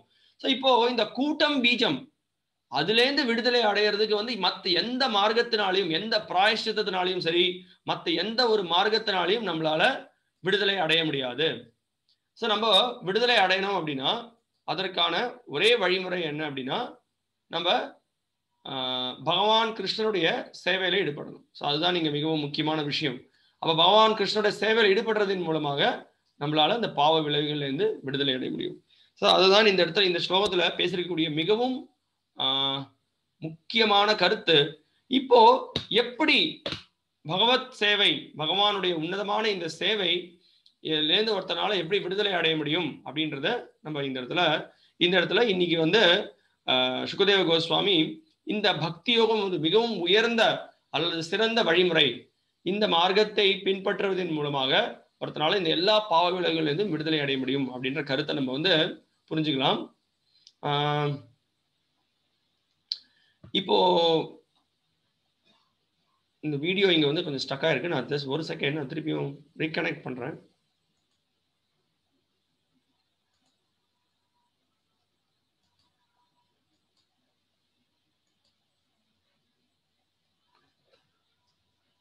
இப்போ இன்னொரு ஒரு முக்கியமான கருத்து என்ன அப்படின்னா நம்ம இங்க பாக்குறோம், இங்க சொல்லப்பட்டிருக்கு. இப்ப இந்த அஜாமிலனுடைய கதையுடைய ஆரம்பம் இங்கதான் இருக்கு. இந்த ஸ்லோகத்துல இங்க என்ன சொல்லப்பட்டிருக்கு அப்படின்னா இப்ப தூய பக்தியோட உன்னத நிலையெல்லாம் பகவான் சுகதேவ கோஸ்வாமி விளக்குறார். சொல்லிட்டு இப்போ இதுதான் இந்த பயிற்சியினுடைய ஒரு சிறந்த வழிமுறை. இந்த தூய பக்தியை பின்பற்றுவதன் மூலமாக ஒருத்தரால எல்லா விதமான பாவ விளைவுகளிலிருந்து விடுதலை அடைய முடியும். அதனால நம்ம மற்ற எதை பத்தி நம்ம பயப்படணும்னு அவசியம் இல்லை. பயத்திலிருந்து நம்மளை விடுவிக்கிறது, நம்ம தகுதியற்றவர்களாக இருந்தாலும் இந்த பக்தி பாதையை பின்பற்றுவதன் மூலமாக உயர்ந்த நற்குணங்களை ஒருத்தரால வளர்த்துக்க முடியும். அது மட்டும் இல்லாம தூய்மையான ஒரு கதியை அடைய முடியும். அதுவே பகவத் சேவை அப்படின்ற உதாரணங்கள்லாம் முன்வைத்து இந்த இடத்துல சுகதேவ கோஸ்வாமி என்ன சொல்றாரு அப்படின்னா இந்த விஷயங்கள் நான் இப்ப சொன்னேனே, இந்த பக்தி எப்படி ஒரு உயர்ந்த ஒரு வழிமுறை, ஒரு உயர்ந்த பாதை, இதை நான் வந்து உனக்கு விளக்குறதுக்கோசரம் நான் உனக்கு புராண காலத்திலிருந்து உனக்கு ஒரு விஷயத்தை சொல்றேன். ஸ்லோகம் 20. அத்ர சோதா ஹரந்தி மாம் இதிஹாசம் புராதனம் தூதானாம் விஷ்ணு யமயோஹோ சங்வாதஸ்தம் நிபோதமே. இது சம்பந்தமாக இப்ப நான் இந்த பக்தியினுடைய ஏற்றத்தை பத்தி பேசினேன்னு, எப்படி பக்தி மிகவும் உயர்ந்தது, எல்லா விதமான பின் விளைவுகள்ல இருந்து உன்னை எப்படி விடுவிக்கக்கூடியது அப்படின்றத பத்தி பேசினேன்னு, அதை சம்பந்தப்பட்ட ஒரு உன்னதமான ஒரு சம்வாதம், ரெண்டு பேர்கிட்ட நடந்த ஒரு உன்னதமான சம்வாதத்தை அடிப்படையாக கொண்ட ஒரு சம்பவத்தை நான் உனக்கு விளக்க போறேன். எங்கிட்ட இருந்து நீ மிகவும் பொறுமையாக அதை நீ கேளு அப்படின்றத இந்த இடத்துல சுகதேவ கோஸ்வாமி பரீட்சித் மகாராஜுக்கு விளக்குறார். ஸோ அதனால சில பிரபுபாவோட பொருள் சொல்றாரு. அதனால இந்த புராணங்கள்ல சொல்லியிருக்கக்கூடிய விஷயங்கள், இந்த புராணங்கள்ல விளக்கியிருக்கக்கூடிய விஷயங்கள் வந்து மிகவும் உன்னதமானது, மிகவும் அற்புதமானது. அந்த விஷயங்களை வந்து நம்ம ஏதோ ஒரு கட்டுக்கதைன்னு நினைச்சிடக்கூடாது. இப்ப நம்ம இந்த அஜாமிலாவுடைய வாழ்க்கை வரலாறை பத்தி நம்ம கேட்க இருக்கோம். அது வர வாரம் நம்ம திருப்பி என்னெல்லாம் ஒரு வாழ்க்கையில நடந்தது அப்படின்னு கேட்க போறோம். இதற்கான பின்னணியை இன்னைக்கு நம்ம பேசியிருக்கோம். ஏன் இந்த கதை பேசப்பட்டிருக்கு? பக்தியினுடைய ஏற்றத்தை இந்த கதை வந்து காமிக்கிறது. பகவானுடைய உன்னதமாக தெரிஞ்சோ தெரியாமையோ அவருடைய பக்தியினுடைய ஈடுபட்டோம் அப்படின்னா பகவான் எப்படி கருணை வாய்ந்தவர், அவர் எப்படி பக்த வத்சலர், தன்னுடைய பக்தனுடைய காப்பாத்துறதுக்கோசரம் எந்த அளவுக்கு உதவி செய்யறதுக்கு முன் வர்றார் அப்படின்றத பத்தி தெரிஞ்சுக்கணும். அப்படின்றதுக்கோசரம் இந்த கதை பேசப்பட்டிருக்கு. அதனால இந்த கதை வந்து இது ஒரு கதை கிடையாது. கதைன்னு சொன்னாலும் கூட இது நிஜம். நிஜமாக நடந்த ஒரு சம்பவம். அதுதான் இங்க இந்த பொருளுரையில 20வது ஸ்லோகத்துடைய பொருளுரையில சில பிரபுபாதர் விளக்குறார். அதனால புராணங்கள்ல வந்து சொல்லியிருக்கக்கூடிய விஷயங்கள் இது வந்து ஏதோ ஒரு கட்டுக்கதை பொழுதுபோக்கு இல்லாம பேசிருக்கக்கூடிய விஷயம் கிடையாது. ஏன்னா புராணங்களும் அங்கீகாரம் பெற்ற வேத நூல். ஸ்ருதி ஸ்மிருதி புராணாதி பஞ்சராத்திரி விதிங்கினா ஹைகாந்திகி ஹரேர் பக்தீர் உத்பாதையைவ கல்பத்தை. நம்ம பேசக்கூடிய கருத்துக்கள் எல்லாம் உபனிஷதுகள், புராணங்கள், பஞ்சராத்திரம் போன்ற முக்கியமான கிரந்தங்களை அடிப்படையாக கொண்டு நம்ம பேசுறோம். அப்படிப்பட்ட கருத்துக்களை பேசும் பொழுது, அப்படிப்பட்ட கருத்துக்களை நம்ம கேட்கும் பொழுது அது சமூகத்துல எந்த விதமான தொந்தரவையும் ஏற்படுத்தாது. அப்படி இல்லை அப்படின்னா நிறைய போலியாக இருக்கக்கூடிய குருக்கள், போலியாக இருக்கக்கூடிய ஆன்மீகவாதிகள் பலவிதமான அபத்த கருத்துக்களை முன்வைக்கிறாங்க. அது எல்லாமே நம்ம வந்து என்ன ஆகுது, அப்படிப்பட்ட கருத்துக்களை நம்ம பின்பற்றினோம் அப்படின்னா நம்மளும் சரி, நம்மளை சார்ந்து இருக்கக்கூடியவர்களும் சரி, எல்லோரும் சேர்ந்து நரகத்தை நோக்கி போவாங்க. அதனால நம்ம மிகவும் முக்கியமாக புரிஞ்சிக்க வேண்டிய விஷயம் என்ன அப்படின்னா, நம்ம இந்த பக்தி மார்க்கத்தை பின்பற்றுறோம். இந்த பக்தி மார்க்கம் அங்கீகாரம் பெற்ற ஒரு வழிமுறையை கொண்ட ஒரு மார்க்கம். அதை நம்ம பின்பற்றுவதன் மூலமாக உயர்ந்த கதியை அடையலாம். இப்ப இதோட நான் இந்த உபன்யாசத்தை நிறுத்திக்கிறேன். இப்ப நடுவில் வந்து வீடியோ ஸ்டக் ஆச்சு. நீங்க இப்போ நான் காமிச்ச சில ஸ்லைட்ஸ்லாம் நீங்க எல்லாரும் பார்த்தீங்களான்னு தெரியல. அப்படி உங்களால் பார்க்கலன்னா திருப்பி காமிக்கிறேன். இப்போ வந்து உங்களுக்கு ஏதாவது சந்தேகங்கள், கேள்வி ஏதாவது இருந்தால் நீங்க கேட்கலாம். விமர்சனம், நீங்க என்ன சொல்றது, உங்களுடைய அனுபவம், உங்களுக்கு ஏதாவது வேற ஏதாவது நீங்க உணர்ந்தது இல்லை வேற ஏதாவது சந்தேகம் இருந்தால் நீங்க கேளுங்க. இப்போ நான் இன்னொரு விஷயத்தையும் நான் ஞாபகப்படுத்துறேன். இப்போ உங்களுக்கு நான் உங்களுக்கு சொல்றேன். இப்போ நீங்க அந்த ஸ்லைடை பார்த்தீங்க, உங்களுக்கு தெளிவா இருந்ததா, ஏதாவது புரியலையா, தயவுசெய்து உங்களுடைய கேள்விகளை நான் கொஞ்சம் ஆர்வத்தோட கேட்க இருக்கேன். ஹரே கிருஷ்ணன். சிவகுமார் பிரபு கை ரைஸ் பண்ணியிருக்கார். எஸ் பிரபு, ஒரு நிமிஷம் சொல்லுங்க பிரபு. பிரணாம். ஒரு நிமிஷம் ஜஸ்ட். எஸ் பிரபு, ஹரே கிருஷ்ணன். பிரணாம் பிரபு. பிரபு, ஒரு கேள்வி. இப்போ ஒரு பக்தர் வந்து ஒரு ஒரு டிஃபிகல்ட்டில இருக்காரு, பக்தியை பண்ண முடியாத ஒரு சூழ்நிலையில இருக்காரு.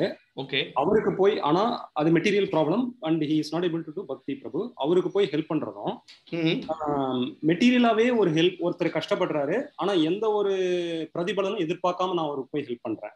இது ரெண்டுத்துக்கும் ஏதாவது வித்தியாசம் இருக்கா பிரபு? அது என்னன்றது. ஓகே, நல்ல கேள்வி இது. இது கண்டிப்பா நம்ம இதுக்கு ரெண்டு இதுல இருக்கக்கூடிய வித்தியாசம் என்னன்றதை நம்ம புரிஞ்சுக்கணும். அதாவது நம்ம போய் ஒருத்தருக்கு வந்து சரீரத்தாலேயோ மனதாலேயோ இல்லை நம்மளுடைய புத்திசாலித்தனத்தை கொண்டு ஒருத்தருக்கு உதவுறோம். ஸோ அந்த உதவி எப்பேற்பட்டதாக இருக்கணும், அந்த உதவி வந்து கண்டிப்பாக அந்த உதவியின் மூலமாக நம்ம வந்து அவங்களுடைய ஆன்மாவுக்கு நன்மையை ஏற்படுத்தக்கூடிய உதவியாக இருக்கணும். அதனாலதான் நம்ம பிரபுபாதர் இந்த உதாரணத்தை கொடுக்குறார். என்ன உதாரணத்தை கொடுக்குறாரு அப்படின்னா, நம்ம ஒருத்தர் வந்து ஒரு நதியில முழுகின்னு இருக்கோம், சரியா? நதியில முழுகின்னு இருக்கக்கூடிய ஒருத்தனை வந்து நம்ம வந்து காப்பாத்துறதுக்கோசம் நம்மளும் நதியில குதிச்சுட்டு அவன் என்ன பண்றோம், நம்மளுடைய சட்டையை மட்டும் தூக்கிட்டு அவனை நான் காப்பாத்திட்டேன்னு கத்துறோம். அப்படி கத்தினோம் அப்படின்னா என்ன பிரயோஜனம்? நீ சட்டையை தான் காப்பாத்திருக்க, ஆனா அவன் ஏற்கனவே முழுகி போயிட்டான். ஸோ அதனால இங்க என்ன முக்கியமான கருத்து அப்படின்னா, உதவின்றது, உண்மையான உதவின்றது என்ன அப்படின்னா, ஒருத்தனுடைய உண்மையான அவனுடைய நிலை என்ன, அவன் யார், அவனுக்கும் கடவுளுக்கும் இருக்கக்கூடிய உறவு என்ன, அவனை எப்படி அந்த கடவுளுடைய சேவையில் ஈடுபடணும் அப்படின்னா என்ன, நீ கிருஷ்ணனுடைய நித்திய தாசன், நித்தியமாக நீ கிருஷ்ணனுடைய கைங்கரியத்தில் ஈடுபடணும். அப்படி நீ ஈடுபடலை அப்படின்னா திருப்பியும் நீ பிறப்பு இறப்புன்ற சுழற்சியில நீ சிக்கிப்ப, அதனால நீ கஷ்டப்படுவ அப்படின்றத நம்ம தெளிவா நம்ம புரிஞ்சுக்கணும். அதனால மத்த எந்த உதவியை நம்ம செஞ்சாலும் அது எல்லாமே தற்காலிகமான உதவிதான். அதனால புரிஞ்சுக்க முயற்சி பண்ணுங்க. தற்காலிகமான உதவி என்ன? தற்காலிகமான உதவி. ஏன்னா இப்போ அதனாலதான் நம்ம சொல்றோம், நம்ம என்ன சொல்றோம், பகவானுக்கு நம்ம சேவை பண்றதன் மூலமாக, ஒருத்தனை பகவானுடைய தொடர்பில் ஈடுபடுத்துறதன் மூலமாக அவனுக்கு மறுபடியும் பிறப்பு கிடையாது, மறுபடியும் அவனுக்கு எந்த விதமான வியாதி கிடையாது, அவனுக்கு வயோதிகம் கிடையாது, அவனுக்கு மரணம்ன்றது கிடையாது, அவன் எந்த விதமான ஆத்தியாத்மிக கிளேஷம், அதிபௌதிக கிளேஷம், அதிதெய்வீக கிளேஷத்தை சந்திக்கணும்னு அவசியம் இல்லை. அது மட்டும் இல்லாம அவனுடைய உண்மையான நிலையாக கிருஷ்ணனுடைய தாசன், கிருஷ்ணனுடைய சேவகன் அப்படின்ற நிலைக்கு அவன் உயர்த்தப்பட்டு, இன்னைக்கு இந்த ஸ்லோகத்துல சொன்ன மாதிரி என்ன ஏற்படுறது, அவன் வந்து என்ன சொல்றது, பக்தி ஏற்படுறது, நல்ல ஆனந்த அனுபவம் ஏற்படுறது. அது மட்டும் இல்லாம அவனுக்கு வந்து இந்த உலகத்தினுடைய பற்றுதலிருந்து வைராகியம் ஏற்படுது. இப்போ நடைமுறையில நான் என்ன பருவம் பண்றது அப்படின்னு கேட்கலாம். இப்ப நம்ம குடும்பத்துல இருக்காங்க, உறவினர்களாக இருக்காங்க, நம்ம பண்ண வேண்டிய கடமைகளை நம்ம பண்றோம். ஆனாலும் எப்படியாவது கிருஷ்ணருடைய தொடர்புல நம்ம கொண்டு வரதுக்கு முயற்சி பண்ணணும். அதுதான் சால சிறந்த காரியம். உதவி அவனை வந்து கிருஷ்ணனுடைய சேவையில நம்ம எப்படியாவது அந்த தொடர்பை ஏற்படுத்தணும். ஒரு புஸ்தகத்தை கொடுக்கலாம், பிரசாதத்தை கொடுக்கலாம், இந்த ஹரிகதாவை பத்தி நம்ம அவனுக்கு எடுத்து சொல்லலாம். நம்ம முயற்சி பண்றோம். இப்படி முயற்சி பண்ணும்போது கண்டிப்பாக பரமாத்மா பகவான் ஹிருதயத்துல இருக்கார். அவனுக்கும் சுக்ருதி கிடைக்கிறது. பூர்வீக ஆச்சாரியர்களுடைய கருணையின் மூலமாக அந்த ஆத்மாவும் பக்தி தொண்டில் ஈடுபடும். அதுதான் நம்மளுடைய உண்மையான ஒரு வைஷ்ணவனுடைய மனதில் அதான் இருக்கணும். இப்ப நம்ம இந்த நிகழ்ச்சியினுடைய ஆரம்பத்துல நம்ம பார்த்தோம், பரீட்சித் மகாராஜோட எண்ணம் எப்படி இருந்தது பாருங்க. பரீட்சித் மகாராஜ் என்ன கேட்டார்? தயவு செய்து சுகதேவ கோஸ்வாமி அவர்களே, நீங்க சொல்லுங்க, எப்படி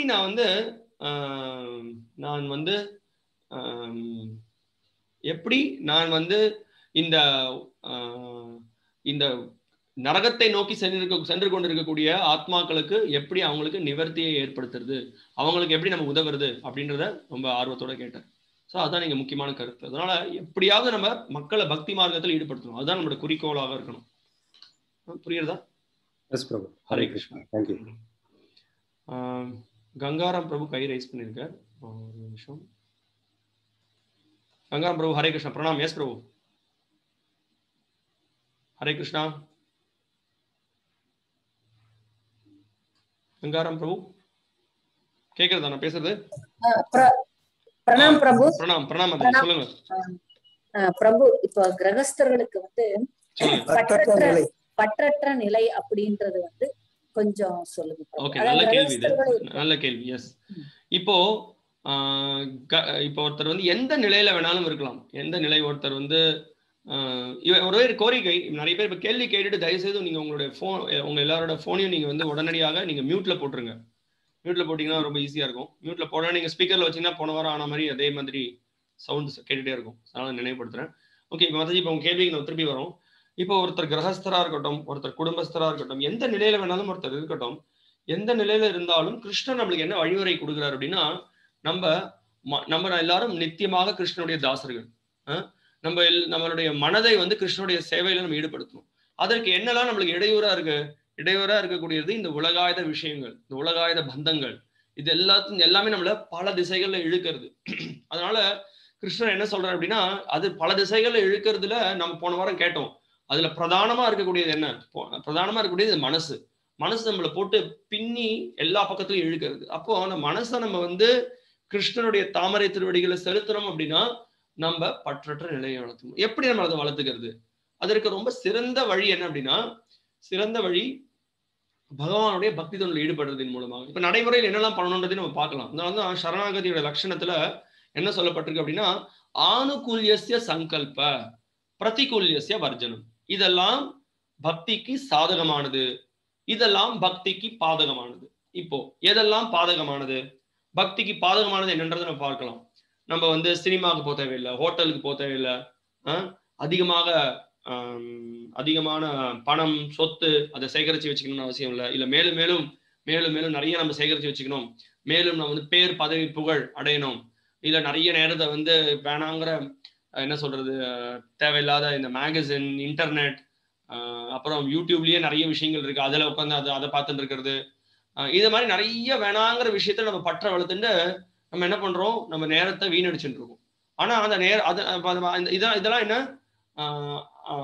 பிரதிகூல்யச வர்ஜனம், இதெல்லாம் வந்து நம்மளுக்கு தடைகளை ஏற்படுத்தக்கூடிய விஷயங்கள். சரி, ஏன் இதை நம்ம கைவிடாம இதையே நம்ம பிடிச்சிட்டு இருக்கோம்? ஏன்னா நம்ம வந்து அறியாமையில இருக்கிறதுனால இதெல்லாம் நம்மளுக்கு இன்பத்தை கொடுக்குறது நம்ம நினைச்சுட்டு இருக்கோம். அதனால இதை பலமா நம்ம பிடிச்சிட்டு இருக்கோம். அதனால குடும்பஸ்தர்களாக இருக்கக்கூடியவர்களுக்கு இப்போ என்ன பிரச்சனை, இப்ப சில சமயம் நம்மளுக்கு வந்து அதிகமாக நான் வந்து இன்னும் சம்பாதிக்கணும், இன்னும் நான் வந்து அதிகமாக சொத்து சேர்க்கணும், நான் வந்து இந்த பேங்க் பேலன்ஸை அதிகப்படுத்தணும், நான் வந்து அமெரிக்காவுக்கு போகணும், நான் யூரோப் போகணும், நான் இதை பண்ணணும், நான் அதை பண்ணணும்.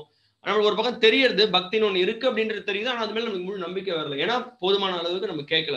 ஸோ அதனால இந்த மாதிரி பாகவத்துல இந்த உன்னதமான பக்தர்களுடைய சரித்திரத்தை கேட்கறது, அவங்க எப்படி வாழ்க்கையில சரணடைஞ்சிருக்காங்கன்றதை கேட்கறது, உயர்ந்த பக்தர்கள் எப்படி கிருஷ்ணர்கிட்ட தன் வாழ்க்கையை அர்ப்பணிச்சிருக்காங்கன்றதை கேட்கறது, இதை கேட்கறதன் மூலமா நம்மளுக்கு உற்சாகம் ஏற்படுறது. இப்படிதானே ஏற்படுறது. ஏன் திடீர்னு ஒருத்தர் வந்து ஒரு பெரிய சினிமா நடிகர் மேலேயோ நடிகை மேலேயோ இல்லை விளையாட்டு வீரன் மேலேயோ ஒரு விளையாட்டு வீராங்கனை மேலேயோ ஏன் வந்து அந்த அளவுக்கு ஒரு விருப்பம் வருது? ஏன்னா அவங்களுடைய உன்னதமான குணங்களை கேட்கறது, அவங்க உன்னதமான செயல்களை பத்தி கேட்கறது, இதெல்லாம் வந்து ஒரு பெரிய அளவுல ஆனந்தத்தை கேட்கறதின் மூலமாக அவங்களுடைய உன்னத குணங்களை கேட்கறதன் மூலமாக அதுல உன்னதமான குணம் எதுவும் இல்லை, இருந்தாலும் அறியாமல் இருக்கும்போது நமக்கு பற்று ஏற்படுது. அது மாதிரி கிருஷ்ணருடைய பக்தி, கிருஷ்ணருடைய பக்தி தொண்டு, கிருஷ்ணருடைய பரிமாற்றம், கிருஷ்ணருடைய பக்தர்களுடைய உன்னதமான குணங்கள், குணாதிசயங்களை கேட்க கேட்க என்ன பண்றோம், நம்ம வந்து கொஞ்சம் நம்மளுக்கு இயற்கையாகவே நம்ம நீங்க இந்த ஸ்லோகம் கேட்டோம் இல்லையா, இந்த பக்தி பயிற்சியின் மூலமாக தன்னால அந்த விரக்தின்றது ஏற்படும். ஸோ அப்போ நம்ம பிரார்த்தனை பண்ணோம் பகவான், பகவானே நான் வந்து எவ்வளவோ உங்களை பத்தி நான் கேட்கறேன், உங்களுடைய நாமரூப குணங்கள் லீலைகளை பத்தி நான் கேட்கறேன், இதெல்லாம் கேட்டு என்னால் எனக்கு வந்து எனக்கு வந்து என்னோட நாக்கை திருப்திப்படுத்தணும், என்னுடைய புலன்களை திருப்திப்படுத்தணும், எனக்கு இந்த பௌதிக விஷயங்களே என் மனசு விழுந்துட்டே இருக்கு அப்படின்னு நம்ம பகவான்கிட்ட நம்ம இந்த மாதிரியே மனசு இருக்கு, தயவுசெய்து நீங்க வந்து ரிஷிகா ஈஷா, நீங்க தான் ரிஷிகேஷ, தயவுசெய்து எனக்கு உதவுங்க, எனக்கு உங்களுடைய தாமரை திருவடிகள் மேல பற்ற வளர்த்துக்கிறது நீங்க உதவுங்கன்னு பகவான்கிட்ட நம்ம பிரார்த்தனை. அது ஹரே கிருஷ்ண மாமந்திர ஜபம் அதுதானே. ஹரே கிருஷ்ண கிருஷ்ண கிருஷ்ண ஹரே ஹரே, ஹரே ராம ராம ராம ஹரே ஹரே. கிருஷ்ணா ராமா, உங்களுடைய தூய உட்சக்தியின் மூலமாக ஸ்ரீமதி ராதாராணியின் உங்களுடைய கருணையின் மூலமா உங்களுடைய சேவையின் மூலம் நான் எப்பயுமே உங்களோட சேவையில் ஈடுபடணும், உங்களை நான் திருப்திப்படுத்தணும்ன்றதுதான் நம்மளுடைய அந்த ஹரே கிருஷ்ண மாமந்திரத்தினுடைய ஆசை. இந்த ஹரே கிருஷ்ண மாமந்திரத்தையே நம்ம நல்ல கவனத்தோட காதால கேட்டு மனதுல எப்பயுமே நம்ம பகவத் சேவையில சிந்திச்சுட்டு அவருடைய நாமத்தை தெளிவா உச்சாரணம் பண்ணோம் அப்படின்னா கிருஷ்ண ஹிருதயத்துல வந்து பரமாத்மா வீட்டு இருக்காரு இல்லையா. ஸ்ரீன்வதாம் ஸ்வகத கிருஷ்ண புண்ணிய ஸ்ரவண கீர்த்தன. ஸோ அவர் பகவானோட நாமத்தை ரொம்ப கவனத்தோட கேட்பதன் மூலமாகவும் பக்தர்களுக்கு சேவை செய்யறதன் மூலமாகவும் ஹிருதயந்தஸ்தோஹி அபத்ரான், இதெல்லாம் அபத்ரங்கள், இதெல்லாம் அனர்த்தங்கள். விதுநோதி சுஹൃத் சதாம், பகவான் என்ன பண்றாராம், ஹிருதயத்துல உட்கார்ந்துட்டு அந்த நேர்மையான பக்தனுடைய அறியாமையெல்லாம் அகற்றுறார் அப்படின்னு சொல்லி பாகவதம் சொல்றது. அதனால நம்ம வந்து பயப்படுறதுக்கு ஒன்றும் இல்லை, கவலைப்படுறதுக்கு ஒன்றும் இல்லை, நம்மளுடைய நம்பிக்கையை அதிகப்படுத்தணும். ஸோ அதிகமாக நம்ம பிரபுபாதர்கிட்ட இருந்து கேட்கறதின் மூலமாகவும் பிரபுபாதருடைய பக்தர்கள்கிட்ட இருந்து கேட்கறதின் மூலமாகவும் சேவையில் ஈடுபடுறதன் மூலமாகவும் கண்டிப்பாக நம்ம வாழ்க்கையினுடைய குறிக்கோள் வந்து என்ன அப்படின்னா பற்றற்று இருக்கிறது இல்லை. வாழ்க்கையினுடைய குறிக்கோள் கிருஷ்ணர் மேல பற்றை வளர்த்துக்கிறது. அப்ப கிருஷ்ணர் மேல பற்றை வளர்த்துக்கிறதுக்கு நம்மளுக்கு பலவிதமான தடை கற்கள் இருக்கு. ஸோ அப்ப கிருஷ்ணரே என்ன பண்றாரு, நம்மளுக்கு உதவி, நம்மளுடைய பலகீனத்தை அவர் தெரிஞ்சிருக்காரு. நமக்கு பலகீனத்தோட இருக்கும், நம்ம வந்து கிருஷ்ணர் சேவை பண்ணணும்னு நினைக்கிறோம், ஆனா வேற ஏதாவது அனுபவிக்கணும்னு நினைக்கிறோம். ஸோ இந்த பலகீனத்தை வந்து நம்ம அங்கீகரிக்க நம்ம தெரிஞ்சுக்கணும். அங்கீகரிச்சு நம்ம பகவான்கிட்ட நம்ம வந்து என்ன சொல்றது, ரெண்டு கையும் தூக்கி சத்தமா அவர்கிட்ட கிருஷ்ணா கோவிந்தா என உன்னுடைய சேவை ஈடுபடுத்தி நம்ம வந்து இதான் இந்த ஹரே கிருஷ்ண மாமந்திரத்துடைய உயர்ந்த நிலை. அதை நம்ம பண்ணோம் அப்படின்னா கண்டிப்பாக நம்மளால பற்றற்ற நிலை வளர்த்துக்க முடியும், சாதகமான பக்தி பயிற்சி ஈடுபட முடியும். அதனால இந்த சரணாகத்தினுடைய 6 லட்சணங்கள் இருக்கு. அதுல இந்த 2 லட்சணங்களை முதல்ல நம்ம புரிஞ்சு 2 லட்சணங்களை தெளிவா புரிஞ்சு நம்ம பயிற்சி பண்ணோம்னா மீதி 4 லட்சணங்கள் நம்மளால பின்பற்ற முடியும். என்ன அப்படின்னா ஆணுகூல்யச சங்கல்ப பிரதிகூல்யச வர்ஜனம். எதெல்லாம் சாதகமாக இருக்கோ பக்திக்கு அதை நம்ம ஏற்று பின்பற்றுவது. அதான் பகவான நாமத்தை ஜபம் பண்றது, தினசரி பாகவதம் கேட்கறது, அதிகாலையில எழுந்துக்கிறது, மங்களாரத்தி செய்யறது, துளசி பூஜை செய்யறது, துளசியை திருப்திப்படுத்துறது, அப்புறம் பகவானுக்கு சமைச்சு நைவேத்தியம் பண்றது, அவருக்கு வந்து அவர் மேல ஸ்துதிகளை பாடுறது, நாம இந்த பக்தியோட அங்கங்கள், இதெல்லாம் ஆணுகூல்யச சங்கல்ப. பிரதிகூல்யச அதே சமயம் இதை பண்ற ஒரு பக்கம் தவிர்க்க வேண்டிய விஷயங்களை நம்ம தவிர்க்கிறதுக்கு நம்ம முயற்சி பண்ணணும். இதுதான் பிரதிகூல்யச வர்ஜனம். ஸோ அதற்கு பிறகு என்ன, இதை நம்ம தொடர்ந்து பண்ணிட்டே இருந்தோம்னா பாகவதம் கேட்டே இருந்தோம்னா ரக்ஷசிதி விஸ்வாசம், கண்டிப்பா கிருஷ்ணர் வந்து எனக்கு உதவுவார், கிருஷ்ணர் என்னை காப்பாற்றுவார். எந்த வித பெரிய வியாதி இருக்கலாம், இன்னைக்கு நம்ம பேப்பர்லாம் படிக்கிறோம், பல விதமான செய்தியெல்லாம் கேட்கிறோம், அப்படியே நம்ம வந்து அப்படியே பயப்படுறோம், என்ன நடக்குமோ ஏது நடக்குமோ. அந்த கிருஷ்ணர் நம்மளை கண்டிப்பா காப்பாற்ற போறார், கிருஷ்ணர் நம்மளுக்கு உதவ போறார். ஒரு தூய பக்தனுக்கு அந்த நம்பிக்கை இருக்கு. என்ன வந்து நரகமா இருக்கட்டும் சொர்க்கமா இருக்கட்டும் எந்த சூழ்நிலை வேணா இருக்கட்டும், நான் எப்பயுமே உங்களுடைய சேவையில இருக்கணும் அப்படின்ற ஒரு எண்ணத்தை நம்ம வளர்த்துப்போம். ஸோ அதனால இது ரொம்ப முக்கியம். அப்புறம் ரக்ஷசிதி விஸ்வாசோ கோப்திருத்வே வரணும் தத்த. ஸோ என்ன அப்படின்னா எப்பயுமே கிருஷ்ணன் என்னை பராமரிப்பார், நான் வேற யாருக்கிட்டையும் போக மாட்டேன் தஞ்சத்துக்கு, இந்த தேவரோ அந்த தேவரோ வேற யார்ட்டையும் நான் போக மாட்டேன். ஆத்ம நிஷ்கேப கார்பண்ய, இதெல்லாம் தெரிஞ்சுட்டு ஒருத்தன் தன்னை முழுமையாக அர்ப்பணிக்கிறான், பணிவோடு எப்பயுமே இருக்கான். இதுதான் சரணாகதியினுடைய 6 லட்சணங்கள். இதை நம்ம இதுதான் இந்த பக்தி பாதை நம்மளுக்கு ஸ்ரீல பிரபுபாதர் கொடுத்திருக்காரு. இதை நம்ம நேர்மையா பின்பற்றணும் அப்படின்னா இயற்கையாக நம்ம தூய்மை அடைவோம். ஹரே கிருஷ்ணா. ஹரே கிருஷ்ணா. உங்களுக்கு கேள்விக்கு பதில் கிடைச்சிருக்குன்னு நினைக்கிறேன். இப்போ யாரோ ஒரு மாதாஜி ஓவியா அப்படின்றவங்க கை ரைஸ் பண்ணியிருக்காங்க. எஸ் மாதாஜி. ஹரே கிருஷ்ணா. ஹரே கிருஷ்ணா பிரபு. Yes bro. எஸ் சொல்லுங்க பிரபு. ஒரு கிருஷ்ண பக்தர் இருக்காங்க, அவர் வந்து ஒரு பௌதிக ஆசைக்கு மேல ஆசை வந்துருச்சு அவருக்கும். அதுக்கப்புறம் ஒரு பௌதிக ஆசையிலே ஏற்கனவே இருக்காரு அவருக்கும். அவங்க 2 பேருக்கும் என்ன டிஃபரன்ஸ் பிரபு? ஓகே, இப்போ ஒருத்தர் பக்தி பாதையை பயிற்சி பண்ணிட்டு இருக்கார், இன்னொருத்தர் வந்து பௌதிக ஆசையிலேயே இருக்கார். என்ன வித்தியாசம் அப்படின்னா, ஒருத்தர் வந்து ரொம்ப எளிமையாக நம்ம அதை புரிஞ்சுக்கலாம். ஒருத்தர் வந்து உலகாயுத பந்தத்துல இருந்துட்டு தன்னை புலங்களை திருப்திப்படுத்தணும்னு நினைக்கிறார். ஸோ அவர் உலகாயுதவாதி. ஒரு பக்தன் கிருஷ்ணரை எப்பயுமே திருப்திப்படுத்தணும் அப்படின்னு நினைச்சிட்டு இருக்காங்க. அதனால அவர் கிருஷ்ண பக்தன். ஸோ அதனால கிருஷ்ண பக்தன் எப்பயுமே ஆனந்தமாக இருக்கான். ஆனா இந்த உலகாயுதவாதி நான் புலன்களை திருப்திப்படுத்தணும்னு நினைக்கிறான். புலன்களை திருப்திப்படுத்துவதன் மூலமாக ஏமாற்றத்தை தான் சந்திப்போம். அவனால ஆனந்தமா இருக்க முடியாது. ஏன்னா இந்த புல இன்பத்திற்கு ஒரு ஆரம்பம் இருக்கு, ஒரு முடிவு இருக்கு. ஆத்யந்தவந்த கௌந்தைய நதேஷு ரமதே புதா. புத்திசாலியாக இருக்கக்கூடியவர்கள் இந்த புல இன்பத்தின் மூலமாக கிடைக்கக்கூடிய சிற்றின்பத்தினால ஏமாந்து போக மாட்டாங்க. அதனால கிருஷ்ணருக்கு எப்படி இன்பத்தை கொடுக்கணும்னு எப்பயுமே பார்ப்பாங்க. ஸோ அதுதான் வித்தியாசம்.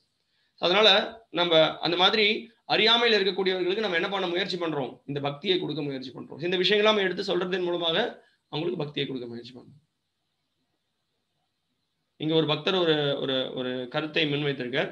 நம்மளுடைய பற்றுதல் எப்பயுமே பக்தர்கள் மேல இருக்கணும். நல்ல ஒரு விஷயம். ஏன்னா அதான் நம்ம எல்லாரும் தெரிஞ்சுக்கணும், இந்த உலகத்துல பற்றுதல் தான் நம்மள இந்த பௌதிக உலகத்துல நம்மள இழுத்துட்டு போறது கீழே. ஆனா அதே பற்றுதலை நம்ம பக்தர்கள் மேல நம்ம செலுத்தினோம் அப்படின்னா என்ன பண்றது? நம்மள வந்து இந்த பௌதிக பந்தத்துல இருந்து விடுவிக்கிறது.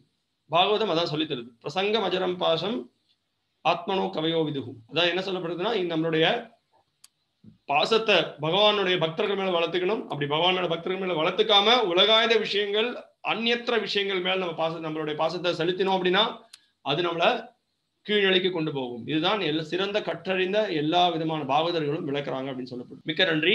ஸ்ரீல பிரபுபாது கி ஜெய். ஸ்ரீமத் பாகவதம் கி ஜெய். ஹரே கிருஷ்ணா.